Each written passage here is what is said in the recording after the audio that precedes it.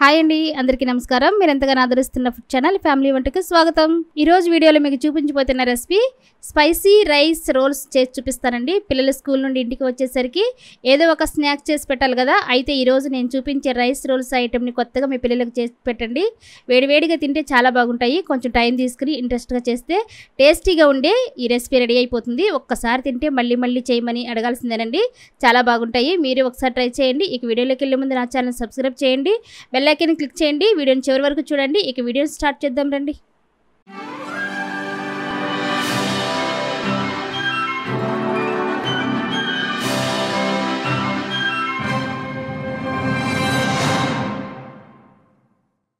ముందుగా స్టవ్ వెలిగించుకుని ఒక గిన్నె పెట్టుకుని కొద్దిగా వాటర్ మరిగించుకోవాలి. వాటర్ మరుగుతున్నాయి కదా, ఈ లోపు ఒక బౌల్ తీసుకొని అందులోనికి 2 కప్పులు బియ్యం పిండి తీసుకోవాలి.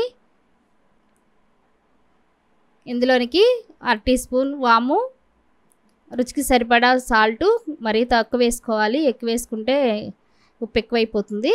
ఇవన్నీ కూడా కలిసేలా ఒకసారి మనం గరిటె పెట్టి తిప్పుకోవాలి. కలిసేలా మొత్తం కలుపుకోవాలి. ఈలోపు మనం పక్కన స్టవ్ మీద మరుగుతూ ఉన్నాయి కదా, ఆ వాటర్ని కొద్దిగా వేసుకుంటూ కలుపుకోవాలి. మరీ గట్టిగా కాకుండా మరీ లూజ్గా కాకుండా చూసుకుంటూ కలుపుకోవాలి. కొద్దిగా వాటర్ని యాడ్ చేసుకోవాలి ఈ పిండిలోకి. నీళ్ళు అయితే మరుగుతున్న నీళ్ళు బాగా వీటి మీదే పోయాలి. వీడియోలో చూస్తున్నట్లుగా కొద్దిగా వేసుకుని కలుపుకోవాలి.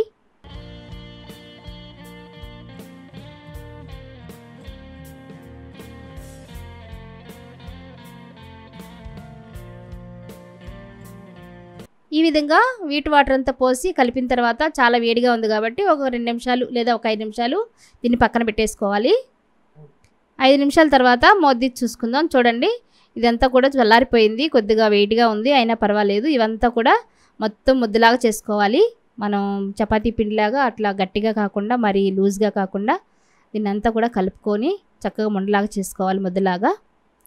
కొద్దిగా వాటర్ ఏదైనా పడితే కొంచెం యాడ్ చేసుకోవచ్చు. ఇప్పుడు నాకైతే సరిపోయేట్టుగా అనిపిస్తున్నాయి. ఈ విధంగా ముద్దలాగా చేసి పెట్టుకోవాలి. ఇలా ఉంటే సరిపోతుందండి. చూసారు కదా, మనం బియ్య పిండిలో వాము ఎందుకు వేసామంటే వాముతో తింటే చాలా బాగుంటాయి. వాము చక్కగా అరుగుదలకు కూడా పిల్లలకి చాలా బాగుంటుంది. అందుకని వాము వేసుకోండి ఖచ్చితంగా. కొద్దిగా వేసుకుంటే చాలా బాగుంటుంది రుచికి. ఈ విధంగా మనం ముద్దలాగా చేసుకుని దీన్ని 2 భాగాలుగా చేసుకుని రోల్స్ లాగా చేసుకుందాం.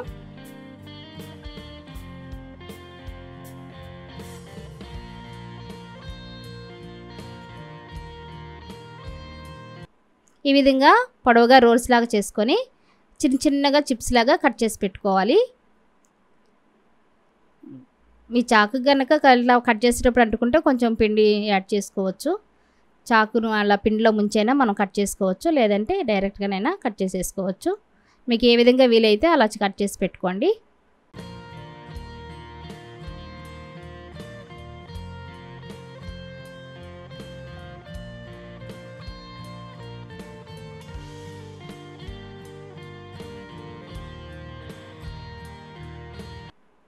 ఈ విధంగా పొడవుగా రోల్స్ లాగా చేసుకుని పక్కన పెట్టుకోవాలి. ఇంకా కొద్దిగా తక్కువగానైనా పొడవుగానైనా చేసుకోవచ్చు. మీరు తినే విధానాన్ని బట్టి చేసుకోండి. నేనైతే ఈ విధంగా కట్ చేసి పెట్టుకున్నాను. ఇప్పుడు స్టవ్ వెలిగించుకుని ప్యాన్ పెట్టుకుని 1 లీటర్ వాటర్ పోసుకుని మరిగించుకోవాలండి. వాటర్ మరుగుతున్నాయి కదా, ఇందులోనికి మనం ముందుగా రెడీ చేసి పెట్టుకున్న రైస్ రోల్స్ని ఇందులోకి వేసేసుకోవాలి. విడివిడిగా వేసుకోండి, వెంటనే తిప్పేయొద్దు. ఎందుకంటే ఒకదానికొకటి అంటుకుపోతాయి కాబట్టి విడివిడిగా వేసుకోవాలి.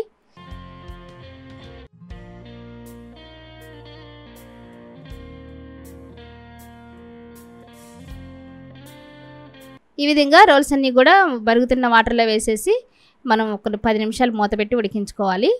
10 నిమిషాల తర్వాత మూత చూద్దామండి. చూడండి, రైస్ రోల్స్ అయితే కొద్దిగా ఉడికాయి, సగం ఉడికాయి, ఇంకా ఉడకాలి. హై ఫ్లేమ్లో పెట్టి మూత గట్టిగా పెట్టేస్తే పొంగు వచ్చేసి మొత్తం వాటర్ అంతా కిందకు వచ్చేస్తుంది. కాబట్టి మీడియం ఫ్లేమ్లోనే మీరు పెట్టుకుని ఉడికించుకోవాలి. ఈ విధంగా మరుగుతున్నప్పుడు మూత కొంచెం పక్కకు తీసుకుంటూ గట్టిగా పెట్టుకుంటూ అడ్జస్ట్ చేసుకుంటూ మరొక 10 నిమిషాలు అయితే ఉడికించుకోవాలి. కరెక్ట్గా టైం అయితే 20 నిమిషాల పాటు గట్టిగా ఉడకాల్సిందేనండి ఇవి. తర్వాత మీరు విరిచి చూసుకున్నా పర్వాలేదు, చూడకపోయినా పర్వాలేదు, గట్టిగా 20 నిమిషాల టయానికి చక్కగా బాయిల్ అయిపోతాయి. ఆ విధంగానే మీరు ఉడికించుకోవాలి. మళ్ళీ 10 నిమిషాల తర్వాత మళ్ళీ ఒకసారి తీసి చూపిస్తున్నాను చూడండి. బాగా ఉడికిపోయినాయి. ఇప్పటికి 20 నిమిషాల టైం అయితే అయిందండి. బాగా బాయిల్ అయిపోయినాయి. ఇంకా ఇందులో ఉంటే ఇవన్నీ కూడా విడిపోయే ఛాన్సెస్ ఉంది కాబట్టి ఇప్పుడు వీటిని తీసేసి కూలింగ్ వాటర్లో వేసుకోవాలి. పక్కన ఒక బౌల్ తీసుకుని అందులోకి కొద్దిగా కూలింగ్ వాటర్ తీసుకొని అందులోకి వేసుకోవాలి. ఎందుకంటే అవి తిక్కుగా అయిపోకోకుండా చక్కగా మనం ఉడికించినట్లుగా ఉంటాయి. నేనైతే ఫ్రిడ్జ్ వాటర్ వేస్తున్నాను. ఇందులోకి మనం తీసేసిన ఈ రోల్స్ అన్నీ కూడా ఈ కూలింగ్ వాటర్లోకి వేసేసుకోవాలి. చూసారు కదా, ఈ విధంగా మనం కూలింగ్ వాటర్లో వేసుకోవాలండి. ఇలా వేసుకోకపోతే ఒకదానికొకటి అతుక్కుపోతుంది, తిక్కుగా అయిపోతాయి, విడిపోతాయి కూడా. మనం వాటర్లో వేసుకుంటే మనం నార్మల్గానే ఉడికించినట్లుగానే ఉంటే ఈ విధంగా చేసుకోవాలి. ఇప్పుడు స్టవ్ వెలిగించుకుని ప్యాన్ పెట్టుకుని ప్యాన్లో ఒక కప్పు ఆయిల్ వేసుకోవాలి. ఆయిల్ హీట్ అయిన తర్వాత మనం స్మాల్ ఆనియన్స్ ఉంటాయి కదండి, చిన్న ఉల్లిపాయలు, అవైతే నేనైతే ఇక్కడ తీసుకున్నాను. ఒక 10-15 దాకా తీసుకున్నాను. మీకు కనుక చిన్న ఆనియన్స్ లేకపోతే పెద్దగా ముక్కలుగా కట్ చేసుకుని వేసుకోండి. కానీ ఈ చిన్న ఆనియన్స్ ఇందులో చాలా బాగుంటాయండి. మధ్యలో మనం తింటూ ఉంటే ఆ టేస్ట్ చాలా బాగుంటుంది. ఈ విధంగా స్మాల్ ఆనియన్స్ కనుక మీకు మీ ఇంట్లో అందుబాటులో ఉంటే ఇవి మాత్రం కంపల్సరీ వేసుకోండి. లేదంటే పెద్ద ఉల్లిపాయనే పెద్ద ముక్కలుగా కోసి వేసుకోవాలి. ఇవి కొంచెం మనం ముందుగా ఆయిల్లో బాగా ఫ్రై చేసుకోవాలి.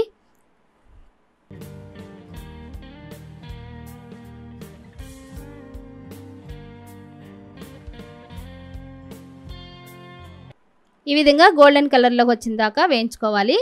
ఆయిల్ కొద్దిగా పక్కకి తీస్తే కొంచెం ఆయిల్ అంతా పక్కకు వస్తుంది కదా, బాగా ఎగుతాయని కొంచెం ప్యాన్ వంచి నేను వేపానండి. ఆ విధంగా వేయించుకోవాలి. ఉల్లిపాయలు ఫ్రై అయిపోయిన తర్వాత ఇందులోనికి 1/2 కప్పు తెల్ల నువ్వులు వేసుకుని వేయించుకోవాలి. ఆ మిగతా ఆయిల్లోనికి కొంచెం ఫ్రై చేసుకోవాలి. ఇవి కొద్దిగా వేగిన తర్వాత ఒక 1/2 టీ స్పూన్ అల్లం ముక్కలు వేసుకోవాలి. సన్నగా కట్ చేసుకుని పెట్టుకున్న అల్లం ముక్కలు వేసుకోవాలి. తర్వాత వెల్లుల్లిపాయ ముక్కలు కూడా ఇందులోకి వేసుకోవాలి. కొద్దిగా 7-8 రెబ్బలు కొద్దిగా సన్నగా కట్ చేసుకుని వేసుకోవాలి. తర్వాత 2-3 పచ్చిమిర్చి ముక్కలు కూడా సన్నగా కట్ చేసుకుని వేసుకోవాలి. ఇవన్నీ కూడా ఫ్రై అయ్యేటట్టుగా మనం వేయించుకోవాలి లో ఫ్లేమ్లో. ఎందుకంటే హై ఫ్లేమ్లో పెడితే నువ్వులు మాడిపోతాయండి, అందుకని లో ఫ్లేమ్లో పెట్టి వేయించుకోవాలి.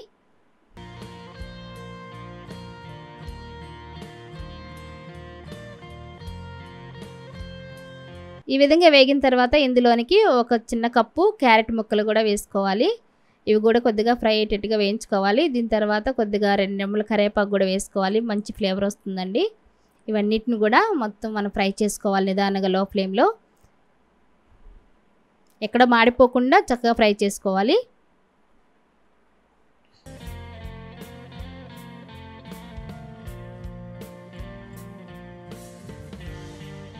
ఈ విధంగా వేగిన తర్వాత ఇందులోనికి కొద్దిగా వాటర్ వేసుకోవాలండి.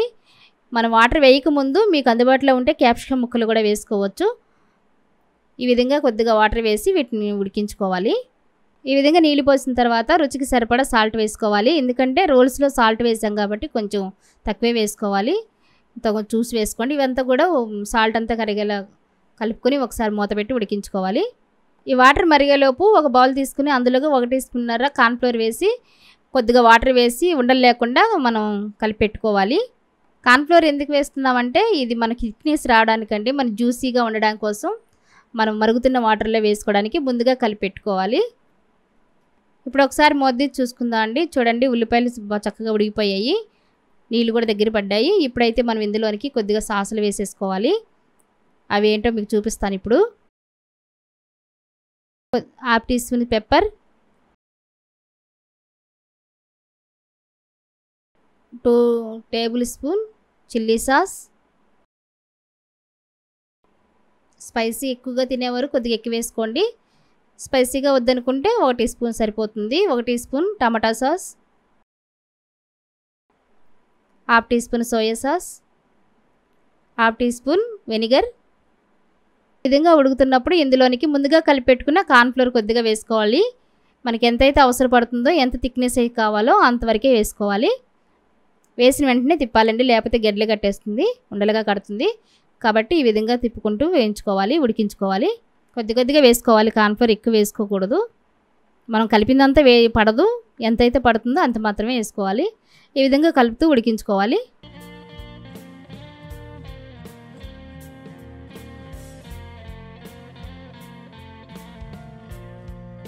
ఇప్పుడు ఇందులోనికి ముందుగా మనం ఉడికించి పెట్టుకున్న ఈ స్పైసీ రోల్స్ అయితే ఇందులోకి వేసేసుకోవాలి.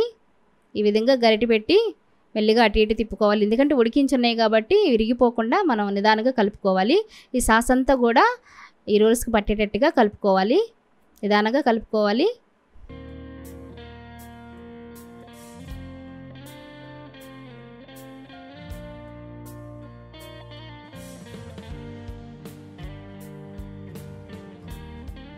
ఈ విధంగా మొత్తం కూడా ఉడికించుకోవాలి. ఒక 2 నిమిషాల పాటు సాస్ అంతా కూడా రైస్ రోల్స్కి పట్టేటట్టుగా ఉడికించుకోవాలి. అప్పుడే మంచి రుచిగా ఉంటాయండి.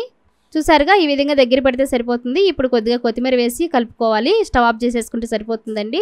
ఎందుకంటే మరీ దగ్గర పడిపోతే తినేటప్పుడు బాగోదు కాబట్టి ఈ విధంగా దించేసుకుంటే సరిపోతుంది. అంతేనండి, వేడివేడిగా సర్వ్ చేసుకుంటే చాలా బాగుంటుంది. వేడివేడిగా తినండి. ఇంకెందుకు ఆలస్యం, ఈరోజు మీరు ట్రై చేయండి. వీడియో కనుక నచ్చితే లైక్ చేయండి, షేర్ చేయండి, కామెంట్ చేయండి. నెక్స్ట్ వీడియోలో మళ్ళీ కలుద్దాం. Thank you for watching.